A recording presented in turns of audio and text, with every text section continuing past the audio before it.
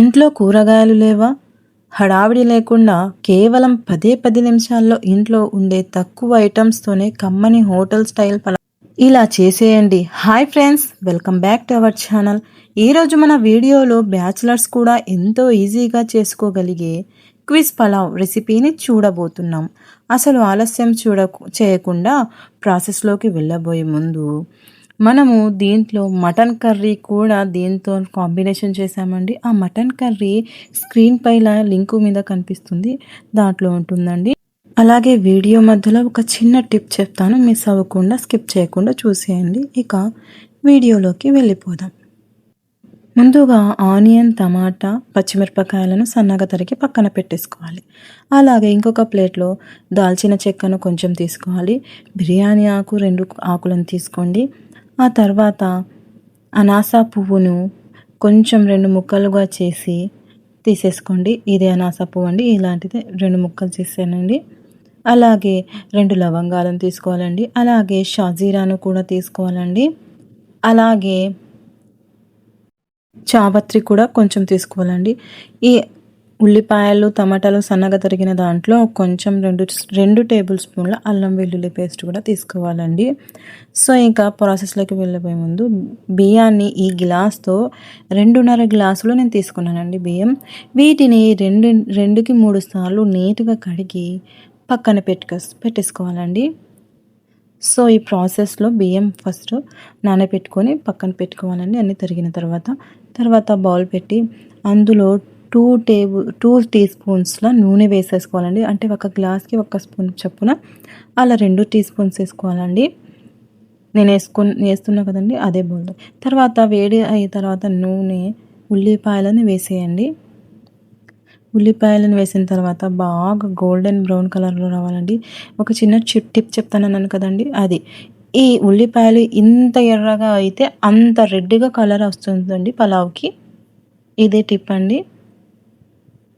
So ఉల్లిపాయలు మొత్తం చాలా గోల్డెన్ బ్రౌన్ కలర్లో వచ్చేసిన తర్వాత అల్లం వెల్లుల్లి పేస్ట్, ఆ బిర్యానీ ఆకు, మొత్తం మేము చూపించిన ఇంగ్రీడియంట్స్ అన్నీ కలిపి కొంచెం నీళ్లు వేసి వాటిని బాగా నూనె పైకి తేలేంత వరకు ఫ్రై చేసేసుకోవాలండి. ఇలా ఫ్రై చేసుకున్న తర్వాత ఇందులో 1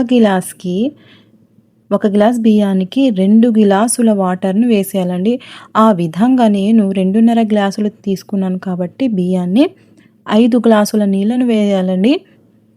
సో ఇలా ఈ ప్రాసెస్లోనే అదే గ్లాస్లోనే తీసుకున్నాం బియ్యం, అదే గ్లాస్తోనే కూడా నీళ్లు వేయాలండి. సో 5 గ్లాసుల నీళ్లు వేసిన తర్వాత బౌల్ పెట్టేసి ఇలా మరుగుతున్న నీటిలో ఈ నీళ్లను వడపోసేసి చేత్తోనే తీసుకొని వేయాలండి బియ్యాన్ని. డైరెక్ట్ బౌల్తో వేయకూడదు, ఎందుకంటే మేము దానికి సరిపడా నీళ్ళని వేసాం కదండి. మేము దాంతోనే బౌల్తోనే నీళ్ళు కొంచెం లైట్గా ఉన్నా సరే వేసేసామనుకోండి, తర్వాత ఏమవుతుందంటే పలావ్ అంతా స్మాష్ అయిపోతుందండి. సో చేత్తోనే వేయాలి, అది మెయిన్ ప్రాసెస్ అండి దీంట్లో పలావ్ చేసే విధానంలో. సో ఈ ప్రాసెస్ని మిస్ అవ్వకుండా చేత్తోనే వేయడం మెయిన్ కాన్సెప్ట్ అండి. సో ఇక బియ్యాన్ని వేసిన తర్వాత బాగా కలిపేయాలండి. బాగా కలిపిన తర్వాత క్లోజ్ చేసేసేయాలండి. ఒక 5 to 10 మినిట్స్ ఇలా మరుగుతుంది, మళ్ళీ ఒక్కసారి కలపాలండి.